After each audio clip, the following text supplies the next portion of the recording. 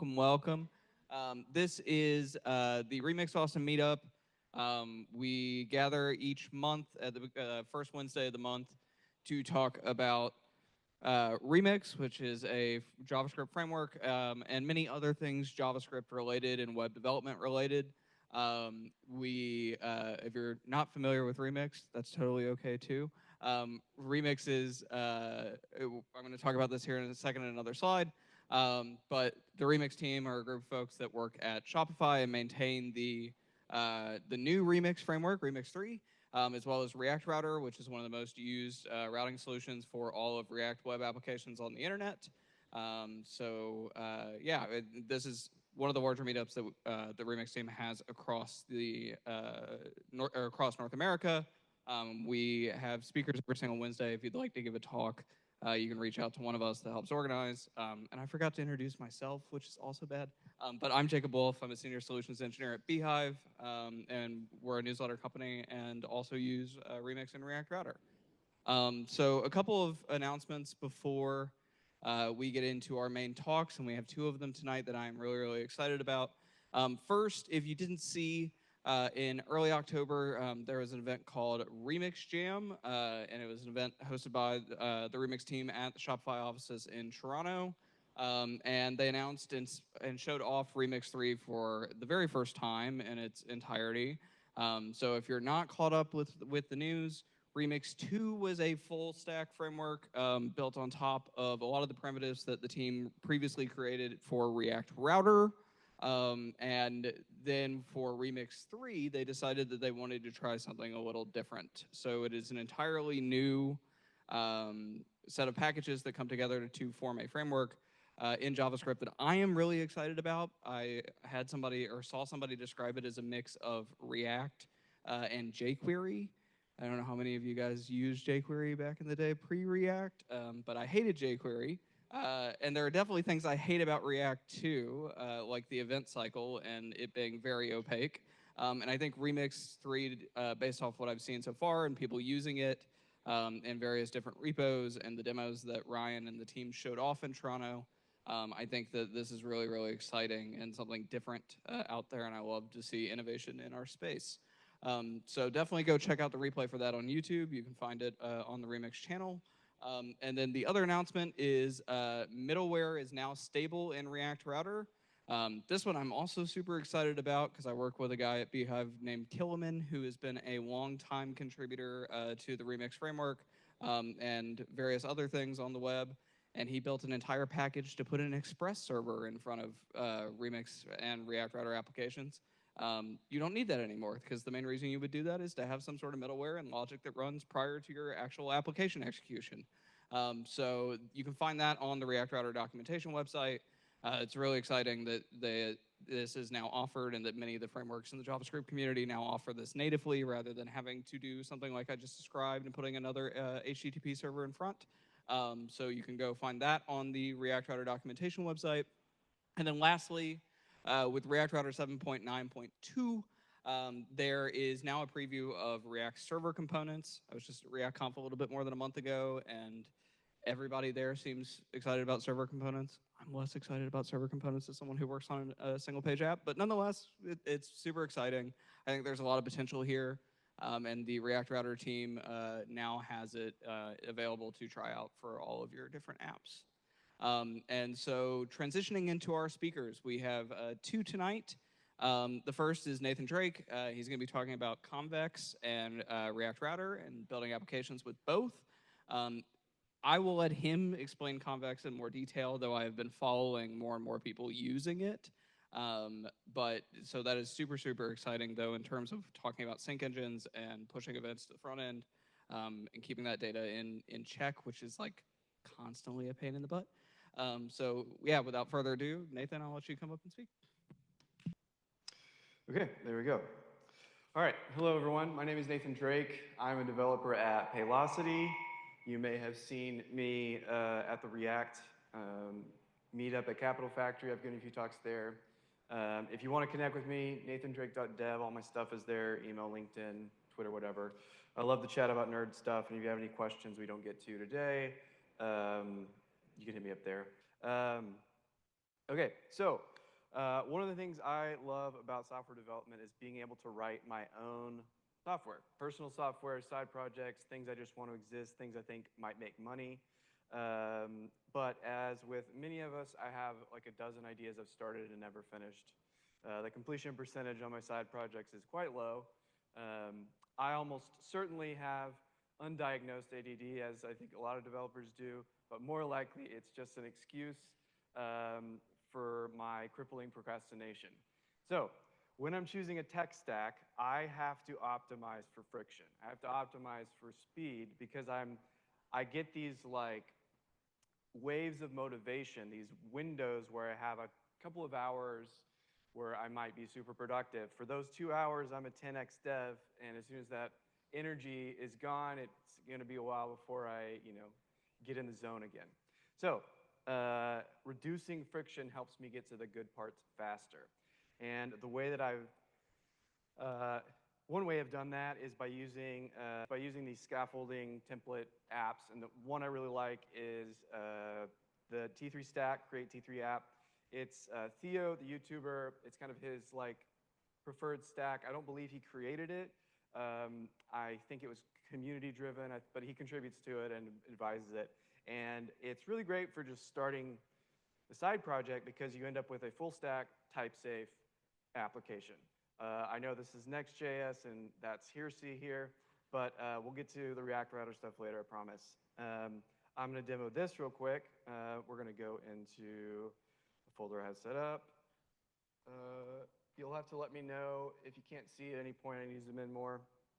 I'm going to use bun, so bun create, and I am cut off here by the zoom thing. Okay, we're going to call this emoji app T3. I have a little prompt just to build an app with like 3 emojis where you click them and it increments into the database and then displays the data. So just a very, very simple full stack app. We're going to use TypeScript. We're going to use Tailwind. We're going to use TRPC because we want that end-to-end type safety. I don't need auth for this. I guess I'll use Prisma. App router's fine. Okay, I got to choose a SQL thing. I'm pretty sure, yeah, so I have some kind of Postgres thing up here, so we'll try that. And yes, lint, that's fine, it's fine. Yes, I'll use git. Yes, we'll install. Don't care about the import alias. Okay, so this will spin up a very, very basic project here with some pretty good boilerplate. It also comes with their like T3 env package, which is great even outside of this. Let me cd into that. I'm gonna open it up. Yes, I use windsurf. I'm sorry. Don't need that. I'm just gonna commit this so that we can see the difference after the prompt. Then we're gonna crack open Claude, and I have a prompt saved over here. And I'm gonna get this going. Okay, so as you can see already, I had to make like 11 different decisions just to get that app going. Now, a lot of them weren't really decisions. I'm always going to use TypeScript. I'm always going to use Tailwind. I'm always going to use Git. But some of them are tougher, like an ORM. Should I use Prisma because I'm more familiar with it, or should I use Drizzle because people on the internet says it's better? And then there's 4 different SQL options. I don't know the difference between any of them, and I don't care. That's a lot of decisions I've already had to make before I've even like got to any of the good stuff here. Let me turn on YOLO mode over here. Just holler at me if this thing gets stuck and I don't notice. I'm a big believer that decision fatigue is real, and the more you can minimize that, the more energy you're going to have for doing the fun stuff, for creating, which is the whole point of this 2-hour window. I want to spend very little time making decisions. Now, obviously, I can just make those decisions every time. I can make my own template, whatever, but I don't like maintaining my own template because it changes and I forget to update it. Give Claude a few minutes here. I think it's almost done. I'm going to go ahead and open up another terminal window. I was practicing on Google Fiber, I think. Okay, here we go. Okay, so we got the app. Make sure to set up your database URL. I'm going to pretend that's already done. Let me just see what actually happens. I'm going to do bun run dev, spin it up, and we'll go over to the browser. And oh, just dismiss that. Okay. Let's see what actually got created. Okay, so this is like the basic interface I wanted. You click one of these, and it's supposed to increment. Now it's erroring out because I did not finish setting up my database. Let's see what it says to do. I think there's a start database function. I am gonna give you the punchline here. What happens when you start setting up the database? This happens every time I try to use Postgres. I forget how to authenticate it, or I can use this start database script that comes with T3, and I have to spin up Docker, which I don't use on my personal computer very much. Sorry, Christian. And I end up getting really frustrated with Postgres and having not a very fun time. So obviously, if I was less lazy, we could easily make this work. But for the sake of this talk, I don't care if the database is working. Let's go over to the code, just because I want to see what was created. So it edited 4 files to make that app, Prisma schema, the Next.js page, and a couple of TRPC files. But let's check out what is in here. So I'm going to start from the, there we go. I'm going to start from the client side and see how we're actually fetching. So this is the Next.js page. Use suspense query. Okay, that's the first time I did that. This is pretty basic boilerplate if you're used to seeing React query and TRPC. If you're not, this API is what TRPC gives you, and it gives you this type safety where I can just, I have my schema attached to it, and then it attaches its version of React query right to it, and then you get that post just like that. And so we're doing a basic mutation. This is all pretty simple. Let's go see what's happening in TRPC. So we have this API. This is the Next.js API. There's a TRPC route, and we're creating some kind of context with a handler. This is just a basic handler where we get the TRPC stuff. That's all in the Next.js side, or the client side, rather. Now, if we go, there's this TRPC folder. What's in the query client? Okay, this is where it's creating the React query client. So that's client number 1. What's in the React file? We're getting the query client, creating the query client again, I guess, creating TRPC React. Here's our TRPC provider. Okay, so that, and then this is where both of those things wrap. So we're adding 2 providers so far. What's in the server file? Creating some other context and getting the query client again. Okay, so that's TRPC. What's in server? We have this DB file. Okay, this is where the Prisma client gets created. So that's like 3 clients so far. And then over an API, which is different from the actual API on the next side, we have a TRPC file. This is the third time I've seen TRPC. We have TRPC route, TRPC folder, trpc.ts, and we're grabbing our DB, creating another context, more contexts. I'm losing count of contexts at this point. And you get the idea here. There's a ton of boilerplate. We haven't even looked at app code yet. If I go here, okay, we finally see app code. This is pretty basic setup with Prisma with an ORM. My point here is that is so much boilerplate to get a type-safe full-stack app. I don't understand most of that, and that's where it starts to lose me when I'm trying to create quickly, because I can get, Claude understands TRPC really well.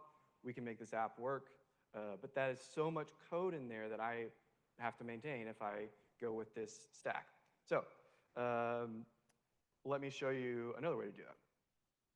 We'll go ahead and close this out. Already killed that. We'll close this out. And I'm going to create a new version of the same app. So this time we will use React Router.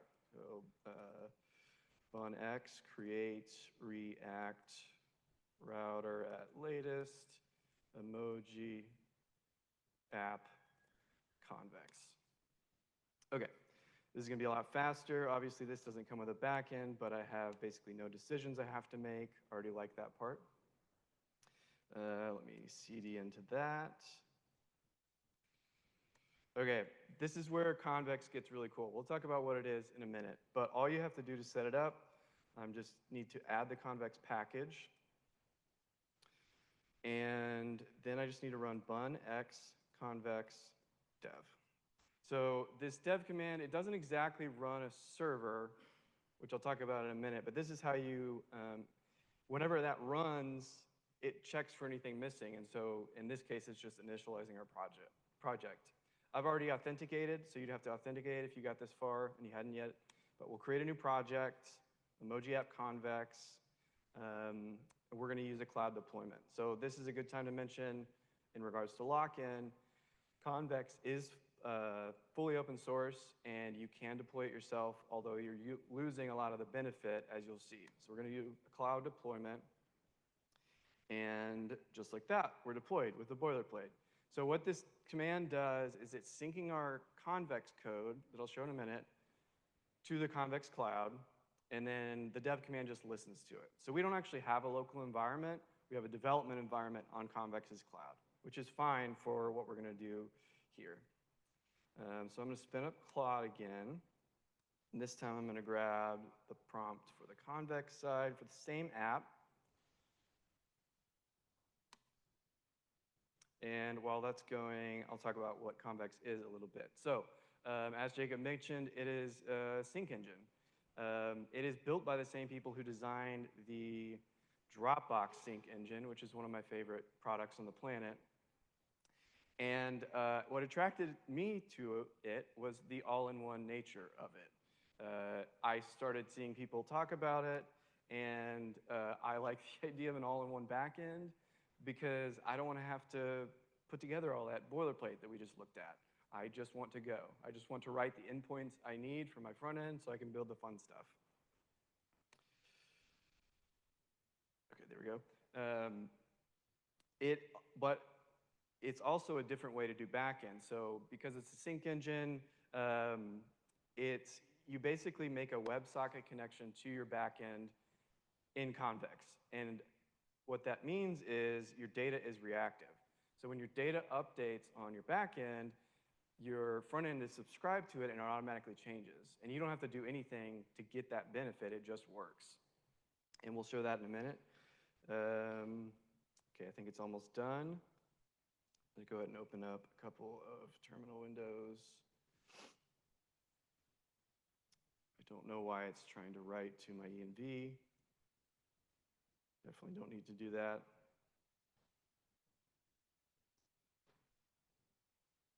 Okay, I'm just gonna pretend it's done. Okay, so we do need to run the convex dev command again. It's gonna deploy the functions it made. And what's cool is we write all this in TypeScript. I'll show it in a minute. But this gets compiled to, I think, basically Rust, and it runs in a custom convex runtime. So it's not running in Node, even though we get to write it in TypeScript. We run the React router dev. Okay, yeah, it did finish. And let's see what it came up with on the Vite port.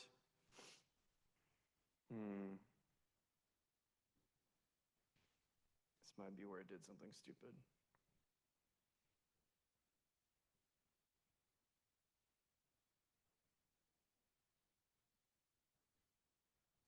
Okay. Normally it works at this point, so I'm going to skip to the code and I'll show you the cool parts of it in a minute. Okay, so, oops, sorry.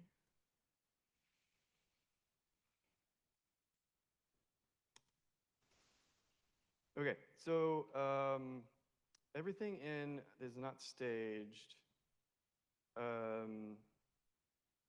So basically, these first three files are just when we added the package and some boilerplate. Convex adds a README and a tsconfig. And then all this generated is just where it generates the client we use. So we can kind of ignore that. All that was really changed in order to make this was this votes file was created, schema was created, and then the home and root were edited. So let me start the client again. So in root, all we needed to do was create the Convex client and provider. So you do have to wrap it in memo unless you're using React compiler, which I would definitely recommend. But then you just need to create this one client, wrap it once, you're good to go. And then on the home side, I'm going to open this without the diff. This looks very similar to the other thing, just a little bit simpler. We have a query and a mutation, and we're importing an API. So that's sort of familiar from the TRPC side. We have API.get votes, and we pass that to useQuery. Now, a weird thing here is useQuery is not React query, which is one of the things that Theo mentioned is kind of a nuisance. If you're using React query side by side, I would import this as use Convex query, just so you don't get them confused. It does the same thing in terms of it fetches your data, but you don't get all the extra stuff back. Like we don't get is loading, is error, all of that stuff. You don't really need it. This just throws if there's an error, so it's not a big deal there. But very simple front-end code. Let's go to the back-end side. So let me go back over here.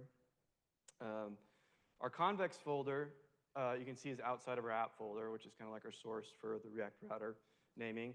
And the first time I tried to make an app with it, I put Convex in my source, which you can do, but it's very confusing because you can't actually import other files into this. So the first time I used this, I made like a fetch with Zod, and then tried to import that function into Convex, and it didn't work because it's not running a node. You can, with everybody's favorite directives, do a use node and get to use node, but you're giving up on the Convex runtime, which is part of what makes it so special. Ultimately, you don't really need Zod, and I'll show you why in a second. If we go, this is the votes file. This is basically a serverless function. So whatever you name your file is what the function is named. And then you have these actions in here that are written as TypeScript functions. So they're pretty straightforward.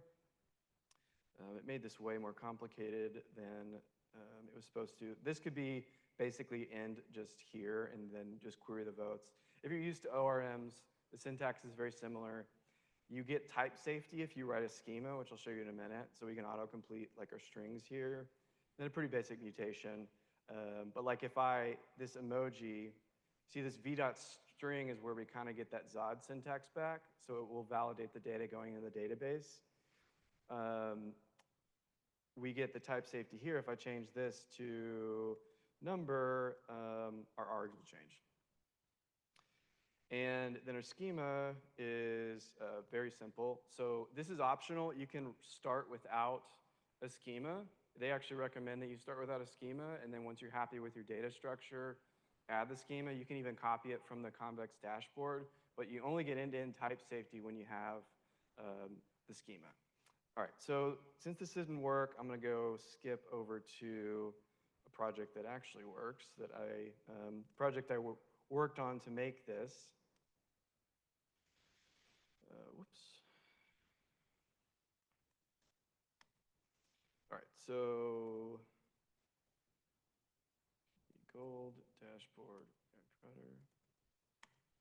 All right, let me show what this actually looks like. So this is an app to compare the cost of gold bars at Costco with the bids you can sell them at on a site called Collect Pure. And this is for credit card nerds like myself. There's an arbitrage opportunity where right now it's almost 4% above spot.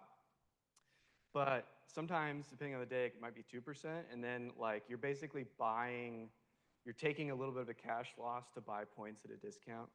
And it was just kind of a fun way for me to learn Convex.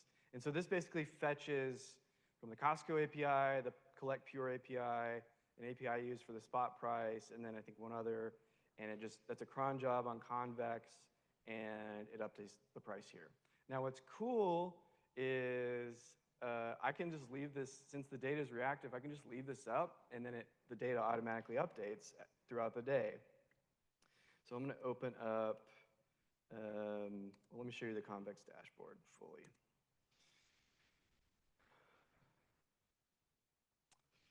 course, I have to log in.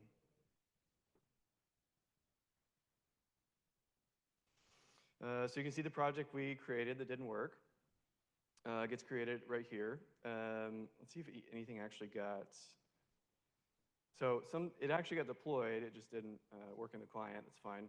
But this will show. So that votes.ts file gets created here as a function, and then well, those TypeScript functions get created here as well. So I can even run those here. Nothing's going to return. Oh yeah, 0 is going to return, and we can interact with our data there. And the table's empty. But this is where you could grab the schema if you wanted to. We could just copy paste that into our schema file if we wanted to work reverse that way. But let me go to my actual project. Oh, there we go. So I'm gonna go to the data. I'm gonna go to my market prices table and show you how cool this is. So this is basically just I'm just like using this as a state for these prices so that I only have to fetch it once. So if you watch the silver price right here, and now this is the deployed version of the site on the left, and the deployed production environment actually, it's not, glad I noticed that. Now we're in the production environment on the right. I don't use the dev environment because it would make things more complicated. But now watch the silver price on the left. I'm going to edit my database in prod. And when I hit enter, it changes instantly. Yeah, it's cool. And so if it will refetch in like 1 minute. I don't know if I want to wait that long, but it would automatically change back to the real silver price in 1 minute without me having to do anything. So this is where like the reactivity is cool. WebSockets never stop being cool to me, no longer how long I develop. I don't know if, not all sites need the reactivity, but it's kind of nice that you don't have to subscribe to updates on any version of your data, because there's a lot of sites where you do need this. Let me see if there's anything. Oh, I did want to show just one thing on the code side for React Router. If we go to my dashboard file, this is like my home route, basically. And they have this preload query function, which actually comes from the Convex next side, but it works fine anywhere you can use it on the server. I'm sure their docs still talk about Remix v2, so I had to kind of figure out some stuff here on my own, but it's fine. I could still use it, and it worked. And so I can preload the query from the loader, and then you pass the preloaded data down into use preload query, and you end up with the same data. And that's cool because basically it's preloading that WebSocket connection so that my data is there by the time the client loads. Now, I really wish the vibe-coded app had worked, because what happens if I'm not preloading and well, this is going to be, let me do a private window because that's going to be cached. But when I load this up, the data is there as soon as the client's there. And so even on like that little vibe-coded app when I was testing it earlier, even locally, when it loaded up, there was still a flash where the data didn't come in. And it would say, it would put zeros on the emoji, and then the data would come in. So having that preloaded query means on reasonable internet, my data is there instantly with that WebSocket connection. So we have like 5 minutes left. That was a lot. Does anybody have any questions? Any thoughts? Yes, sir.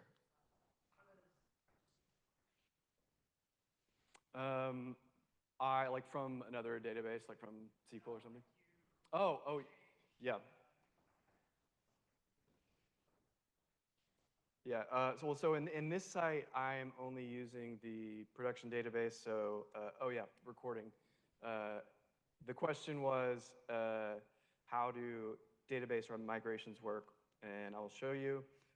So in this app, I'm only using the production environment because I have to manually match Costco products to Pure products.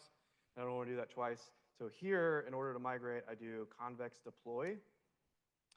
And this one will not enable watch mode, but it compiles my stuff and then sends it over. Sometimes if you make, you know, certain migrations where you actually need to remove a column or something, like you're gonna have to write a function for that.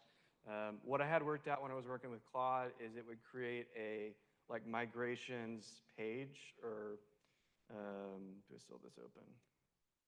Yeah, so here's all the functions for this site. And it might create like a migrations, and I could run a function and do it that way. But if you're just like adding something, it all happens in that dev command or deploy command. And that's one of the things that annoys me every time I do spin an app up with Prisma or Drizzle is I forget, okay, which one, what does push do and what does migrate do? And I have to remind myself every time what they do. And in here, you don't really have to think. You just have to know, am I gonna run convex dev, which would be the watch mode, or convex deploy. The idea is you run convex dev locally, and then you run convex deploy in your CI, and it would automatically update that way. One nice thing about it with Claude Code is Claude Code, I don't think it's supposed to be able to see your environment variables, but it will just grep them anyways. And so in a few cases, it would actually run some migrations for me to edit the database, which was very convenient in this case. I mean, I am not going to lose out on anything critical for this if it messed up, but like you would obviously not want to do that for a real live production database. But you can just run those functions in the CLI, which is pretty cool. But the short answer is migrations are basically automatic.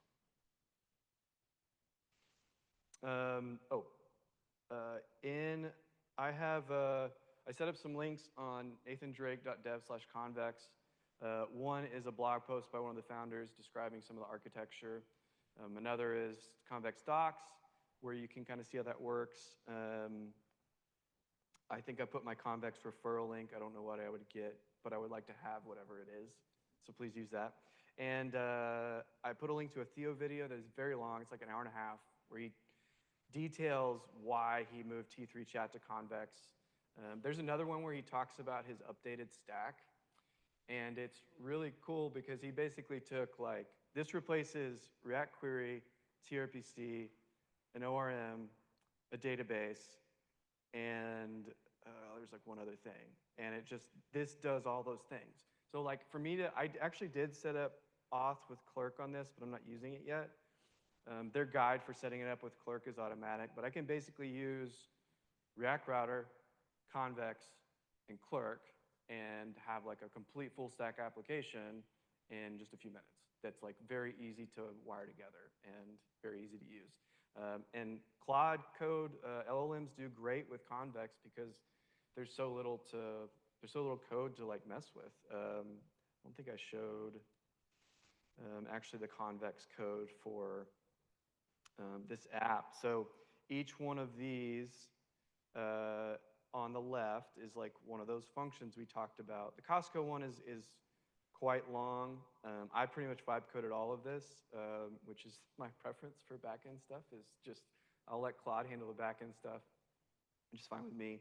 Then there's other stuff like you kind of have to set up like a middleware thing for Clerk, which is pretty easy to do. Oh, here's one of those migrations thing. It was left over, just like a comment, yeah. Yeah, Claude works really well with Convex, which makes it really easy to get going and iterate quickly. Okay, I think I'm almost at time. Anybody else have any questions? Yes, sir. Oh, use the mic. Check, check. Yeah. How many points have you churned selling gold? So most people will go and buy 4 or 5 bars, drop like 20 grand. I'm not doing that. I don't have that kind of credit limit. I'll do like 1 or 2. So I've probably done like 8 or 10 bars. It's most beneficial if you use a card on a sign-up bonus.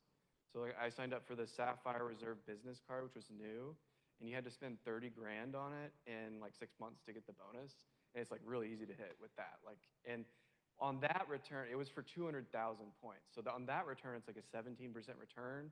So it's a lot easier to make a profit that way. If you're doing just like one of the benefit some people like to do cash back where you can do a 3% card. You can only use Visas at Costco.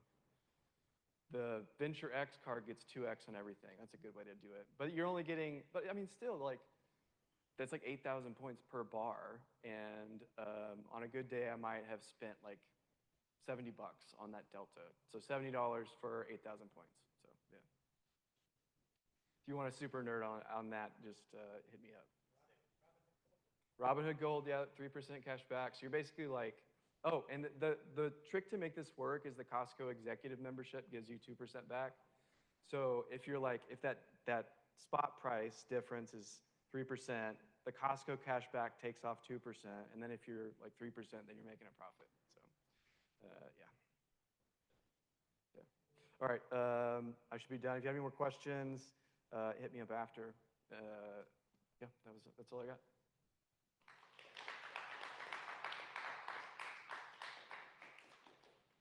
So I am Mark Malstrom. My pronouns are they, them. I'm a UX designer by title and a UX engineer by trade. So I do a lot of UX design for enterprise clients at my day job and do a lot of coding and messing around with fun, new, exciting frameworks when I'm not at my day job. And I've been using Remix or React Router in some form since 2022-ish. And so I was super excited when they announced that they were bringing back Remix, and they had a bunch of cool, new, interesting ideas for it. So I got a ticket to Toronto, and I went there to see what was going on. And I saw them reveal Remix 3. And it's pretty awesome. And so I'm going to tell you about how Remix 3 is very remixable, true to its name. So, you know, you might be wondering what happened to React Router? What is Remix 3? Didn't we just move off of Remix 2? So Remix 1 and 2 were meta frameworks built on React and React Router. So React Router powered all of the routing features behind Remix 1 and 2. And eventually it just made more sense to transition everything to being React Router because so much of Remix was being built on top of React Router. So then React Router version 7 is a router and a meta framework. They took the meta framework, server-side rendering, server bits from Remix, put them into a Vite plugin for React Router, and React Router 7 is the data layer, the declarative layer, the framework server layer. You can sort of pick how much or how little you want. So Remix is something completely different. It is not React at all. It is something that will feel familiar to React users, though. So Remix 3, it is a set of composable packages that cover all your needs. And this was one of the goals. They had several goals in terms of the sort of guiding principles for Remix 3 as a framework. So one of them was composable as a principle. Everything has to be able to fit together or be used on its own. They are all built on web standard APIs. This is a principle that the Remix folks have been following since the Remix 1 days, which I think is a great way to provide compatibility across the ecosystem. More and more runtime frameworks are adopting these web standard APIs, the fetch API, request and response, and so it helps all of the ability across the ecosystem.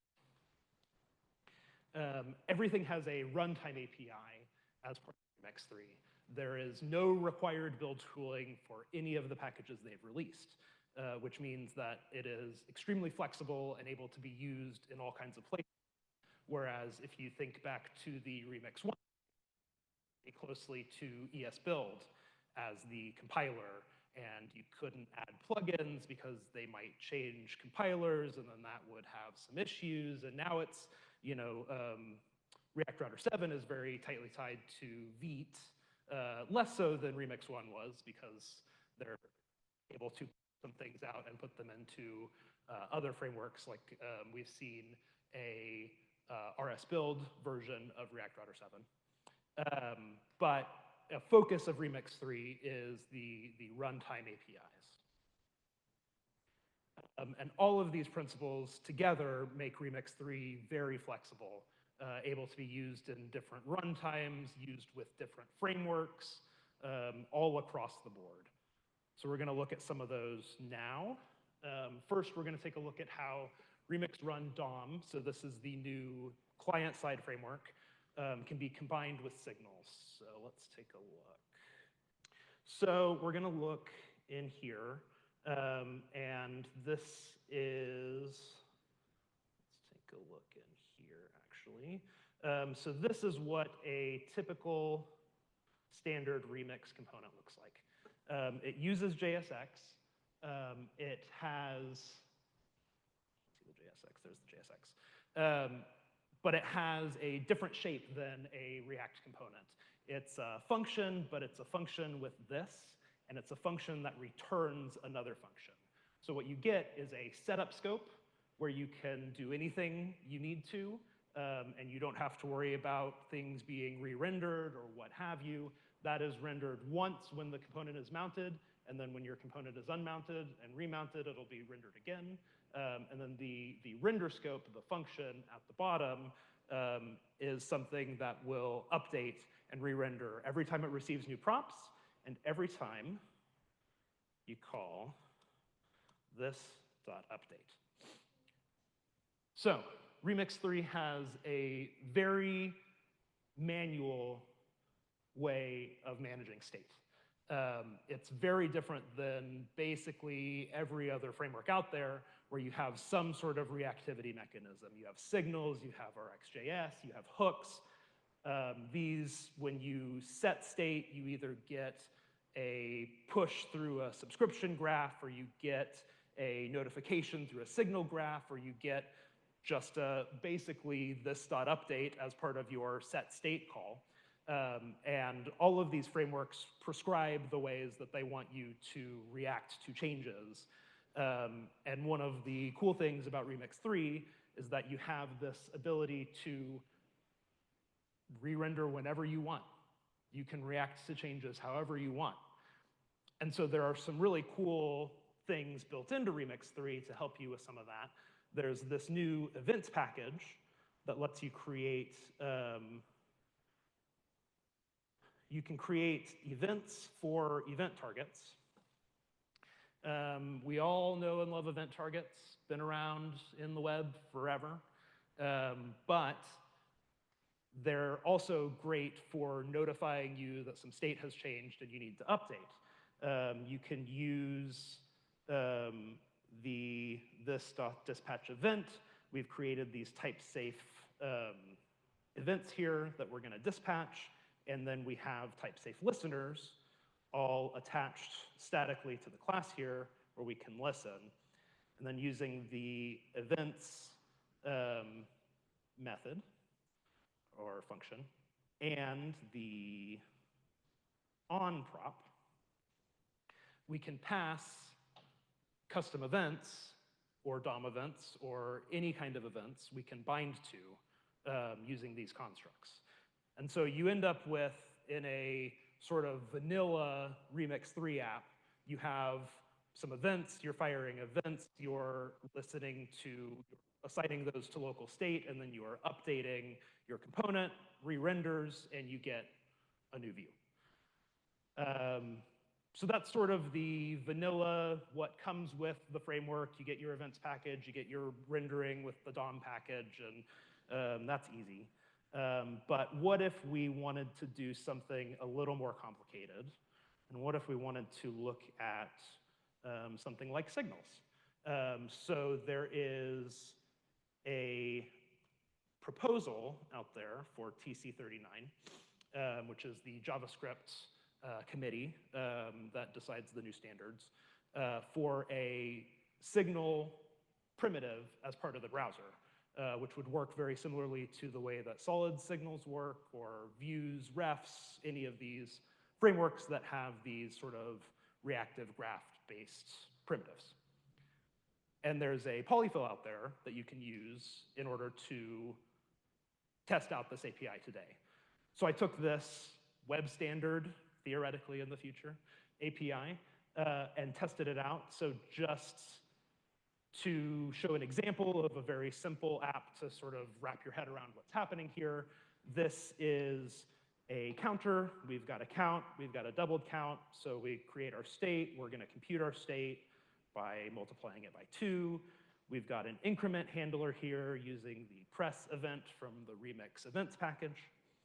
And we're just going to show double the count, and we're going to increment the count every time we press the button. And so that's not super impressive, but what's happening here is interesting because you go into the component function, and you can see what we're actually doing is auto-tracking the dependencies of the signals inside of that render function. And so if there are any signals read inside of the render function that is wrapped, the component that is wrapped by this component function, then we'll automatically call this.update using the watcher.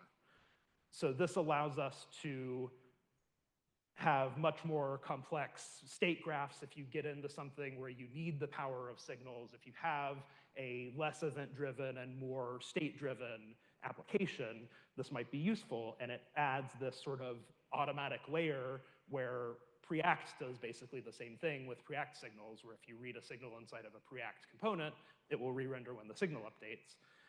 And this gives you the added benefit, I think, of the setup scope that doesn't re-render ever.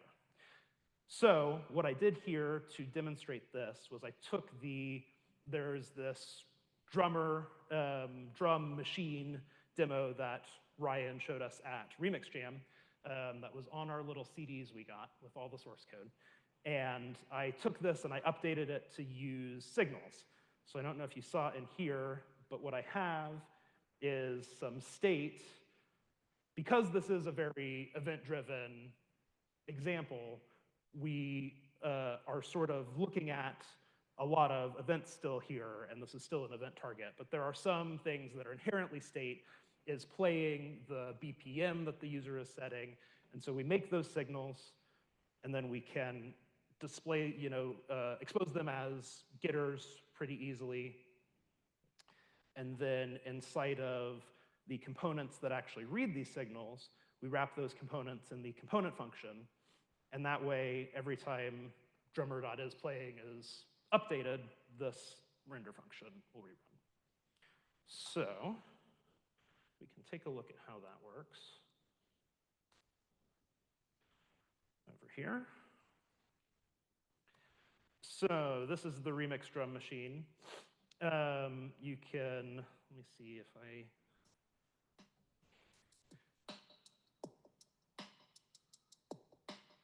you can set the BPM,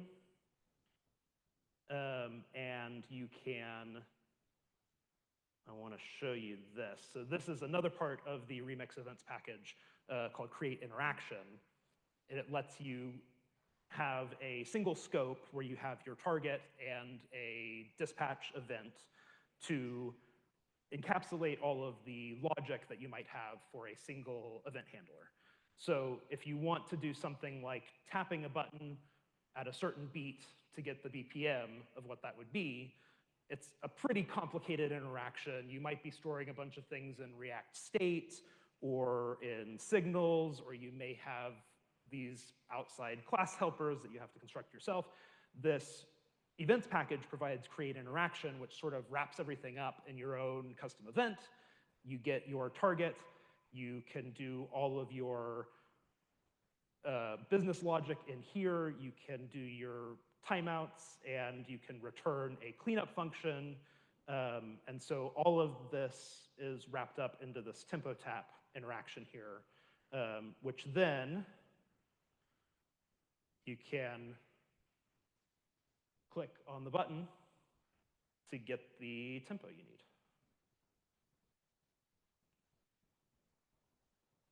So then the next thing we're going to look at is lit. So lit is pretty extensive itself, it has the ability to add directives to basically anything. Lit is cool because as a tag template literal framework, it sort of lets you put things where you wouldn't normally, this is a long component, put things where you wouldn't normally be able to in JSX. So you can have something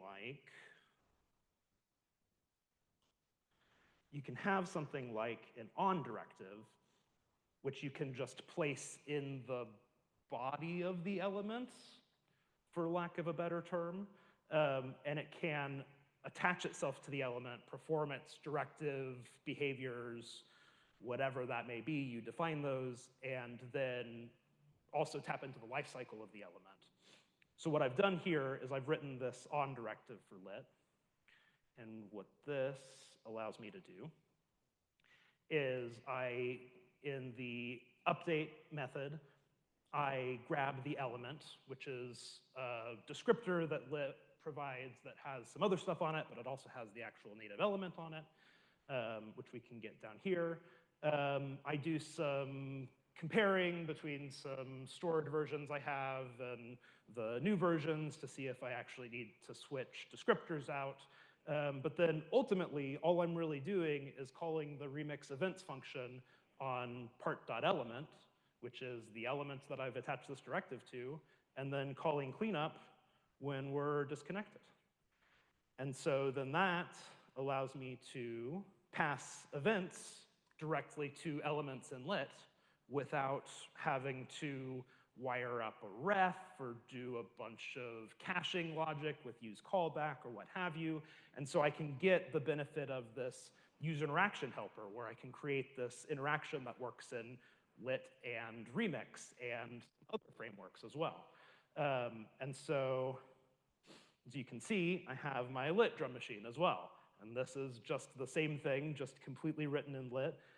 We've got lit styling, we've got lit re-rendering, we're using lit's properties, there's some lit context in here somewhere, but the events still work just as you would expect they would, because it's just web APIs. So then the last thing we're going to look at is using style with Preact. So Remix has this really cool, again, runtime, because everything has a runtime API, style package.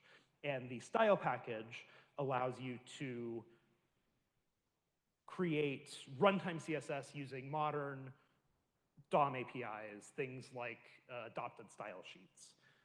And because Preact, similar to lit, is very extensible, you can do a lot of things with it that you wouldn't normally be able to do with some stricter frameworks. And so it has the concept of option hooks here. And option hooks allow us to import this options object from Preact. And then it has just a bunch of methods on it. It's got a vnode method, it's got a diff method, it's got a mount and unmount method.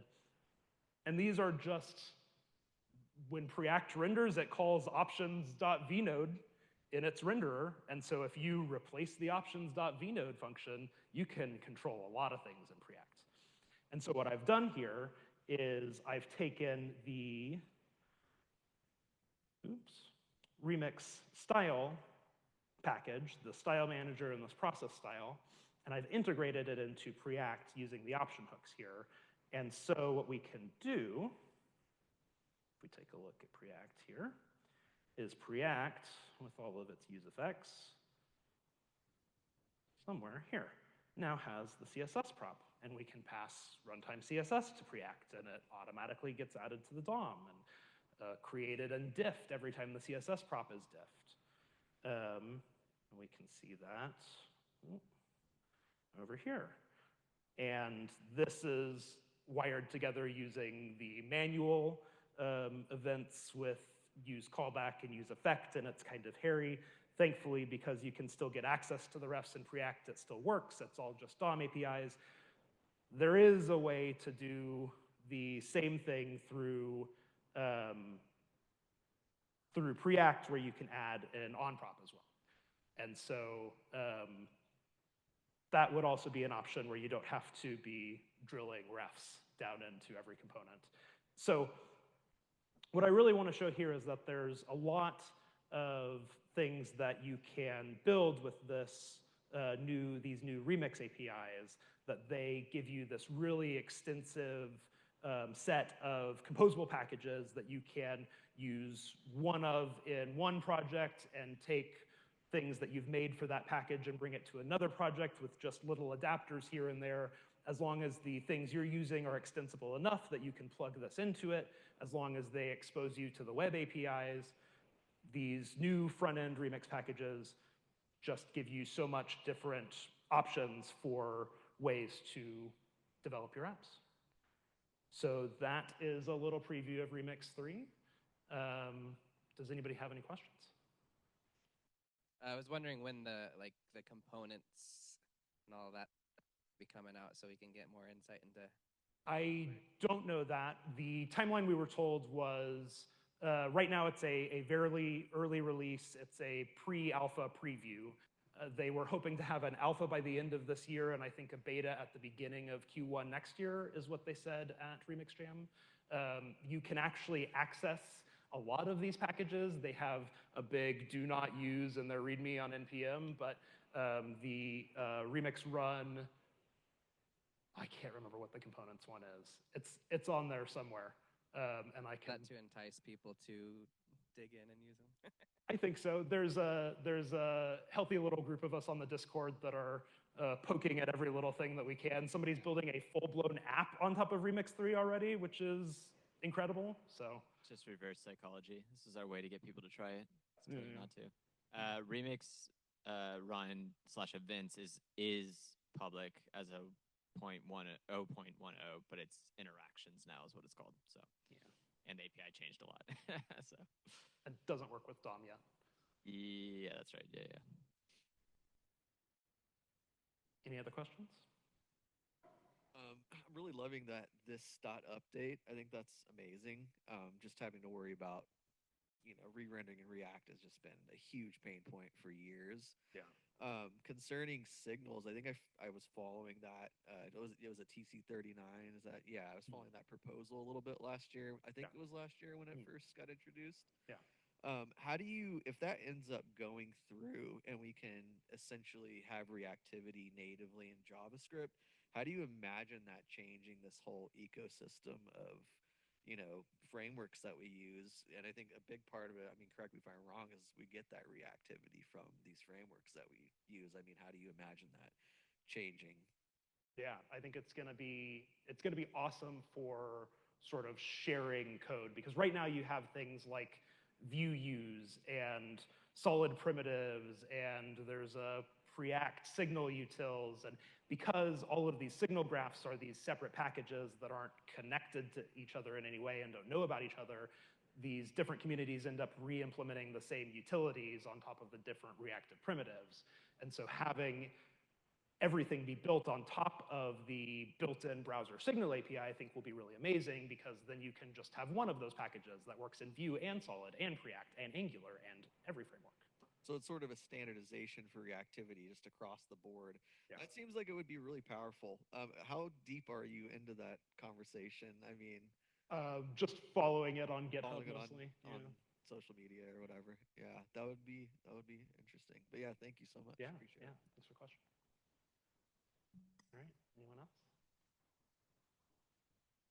All right, thank you. Thanks, man.